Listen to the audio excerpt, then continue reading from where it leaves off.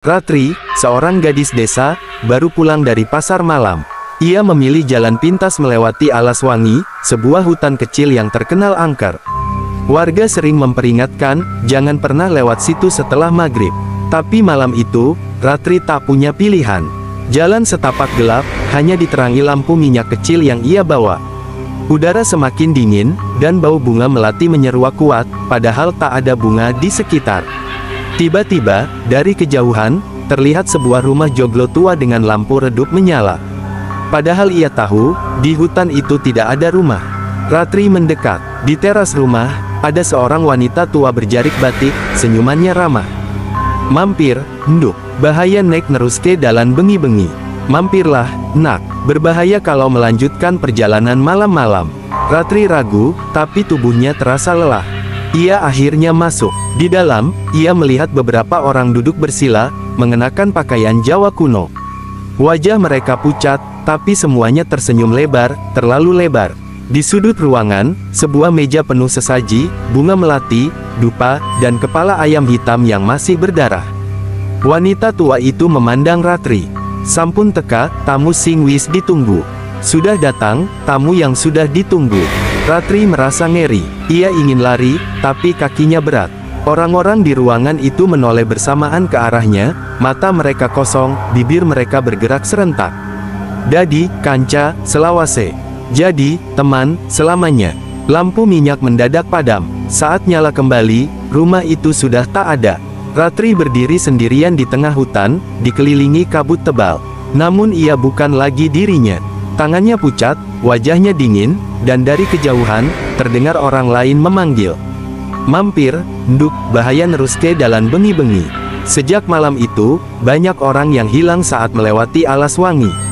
Beberapa saksi mengaku melihat rumah joglo tua muncul di antara pepohonan, dengan lampu redup menyala, dan suara wanita tua yang ramah memanggil.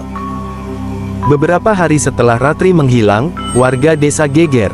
Malam itu, seorang pemuda bernama Arman nekat mencari jejaknya. Ia membawa senter dan golok kecil, masuk ke Alas Wangi. Udara hutan terasa lebih berat dari biasanya. Kabut menggumpal, suara jangkrik mendadak berhenti. Tiba-tiba, rumah joglo tua itu muncul lagi, sama persis seperti cerita orang-orang. Arman memberanikan diri masuk. Di dalam, ia melihat cermin besar berbingkai kayu jati, penuh debu. Di permukaan cermin, samar-samar tampak bayangan Ratri, wajahnya pucat, matanya kosong. Ratri mengangkat tangannya dari dalam cermin, seakan meminta tolong. Tapi di belakangnya ada sosok wanita tua yang tersenyum, menggenggam pundaknya. "Sampeyan telat, saiki ganti giliranmu," bisik suara itu di telinga Arman. Arman berlari keluar, tapi rumah itu berubah bentuk. Jalan keluar tertutup, pintu kayu berubah menjadi dinding. Dari setiap sudut ruangan, satu persatu, warga berpakaian Jawa kuno keluar. Mata mereka melotot, wajah pucat, mulut tersenyum kaku. Mereka melingkari Arman sambil bergumam, "Tambah siji, tambah siji, tambah siji." Tiba-tiba senter Arman mati. Dalam gelap, ia hanya mendengar napas berat dan suara kain jarik yang diseret di lantai. Keesokan paginya, warga desa menemukan senter Arman tergeletak di tepi hutan. Di dekatnya ada potongan kertas lusuh yang entah dari mana berasal. Tulisan di kertas itu berantakan, seperti dicoret-coret dengan darah. "Rumah ini tidak pernah kosong. Selalu butuh tamu baru. Ratri sudah jadi bagian. Aku menyusul." Sejak hari itu, orang-orang semakin yakin, rumah tua di Alas Wangi bukan sekadar ilusi. Itu adalah jebakan roh, yang selalu mengincar orang-orang yang lewat setelah maghrib. Dan suara ramah yang terdengar dari dalam hutan, bukanlah panggilan selamat, melainkan undangan mati. Menurut cerita orang tua desa, puluhan tahun lalu ada seorang dukun wanita bernama Nyai Sekar Jagat. Ia terkenal sakti, tapi hatinya dipenuhi iri dan dendam. Saat suaminya meninggal karena penyakit, Nyai Sekar menuduh warga desa yang menolak memberi sesajen penyebabnya. Ia lalu membangun sebuah rumah joglo besar di tengah Alas Wangi, dijadikan tempat pemujaan dan persembahan darah. Setiap malam Jumat Kliwon, ia menyalakan dupa, menabuh gamelan, lalu memanggil arwah-arwah lapar untuk menemaninya. Ketika warga mencoba mengusirnya, Nyai Sekar membakar dirinya di dalam rumah joglo itu sambil bersumpah, Sapa wae sing melebu omah iki, bakal dadi kancaku selawase. Siapapun yang masuk rumah ini, akan jadi temanku selamanya. Sejak itu, rumahnya tak pernah hilang. Kadang lenyap, kadang muncul kembali di antara kabut hutan. Puluhan tahun berlalu, sampai akhirnya para sesepuh desa bersepakat untuk menghancurkan rumah itu. Mereka membawa doa, kemenyan, dan air suci dari sendang keramat. Namun setiap kali mendekat, jalan menuju rumah selalu berubah. Ada yang berputar-putar di hutan, ada yang tiba-tiba terjebak di kubangan lumpur, bahkan ada yang mendadak mendengar gamelan lalu hilang tanpa jejak. Konon, satu-satunya cara menghancurkan rumah itu adalah dengan memutus ikatan arwah yang terperangkap di dalamnya, termasuk Ratri dan Arman. Tapi untuk melakukannya, harus ada seseorang yang berani masuk sendiri dan menantang Nyai Sekar Jagad.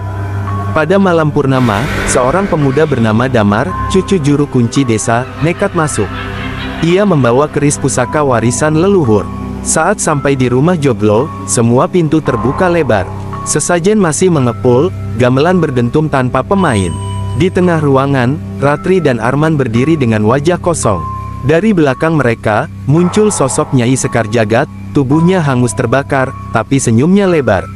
Wiswayahe, nak, kowe tak tunggu suwene iki.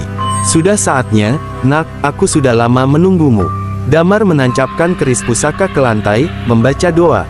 Rumah berguncang, dinding-dinding retak, sesajen terbakar sendiri. Ratri dan Arman menjerit, lalu tubuh mereka berubah menjadi asap putih, melayang ke langit. Nyai Sekar meraung, wajahnya meleleh seperti lilin terbakar. Rumah Joglo runtuh, lenyap ditelan tanah. Sejak malam itu, rumah tua di Alaswangi tak pernah muncul lagi. Tapi warga masih sering mendengar suara samar, gamelan, suara wanita tua memanggil. Dan orang-orang percaya, Nyai Sekar Jagad belum sepenuhnya musnah. Ia hanya menunggu waktu, hingga seseorang kembali memanggil namanya di dalam hutan. Alaswangi tetap terlarang, terutama setelah maghrib. Damar berdiri di tengah rumah Joglo. Gamelan berdentum makin keras, lantai berguncang, bayangan warga kuno bermunculan dari tiap sudut ruangan. Mereka berputar sambil tertawa lirih, mata kosong, mulut terkunci senyum aneh. Di hadapannya, Nyai Sekar Jagad muncul sepenuhnya, tubuh hangus, rambut panjang terurai penuh ular kecil, matanya merah menyala. Ia menjerit hingga kaca-kaca pecah, lalu menuding ke arah Damar. Kowe ora iso metu maneh. Kowe tak gawe juru kunci anyar. Kau tak akan bisa keluar. Kau akan jadi juru kunci baruku. Ratri dan Arman ikut berjalan mendekat, wajah mereka pucat, air mata darah mengalir. Mereka memohon dalam bisikan serak, tolong, akhiri ini. Dengan tangan gemetar, Damar mencabut keris pusaka, lalu menancapkannya ke tanah sambil mengucap doa pamungkas. Tanah bergetar keras. Tiba-tiba, tubuh Nyai Sekar pecah jadi ribuan bayangan hitam yang melayang berputar. Para warga ikut menjerit, tubuh mereka luruh jadi debu. Ratri dan Arman tersenyum terakhir kalinya sebelum berubah jadi cahaya putih yang terbang ke langit. Rumah Joglo retak, tiang-tiang roboh, api berkobar dari lantai. Satu-satunya suara yang tersisa adalah tawa panjang Nyai Sekar yang terus terngiang di telinga Damar. Aku ora mati, aku mung turu. Siji dina, aku tangi maneh. Aku tidak mati, aku hanya tidur. Suatu hari, aku akan bangkit lagi. Rumah itu hancur, namun di tempatnya hanya tersisa tanah hitam berbau anyir. Warga percaya kutukan belum benar-benar berakhir.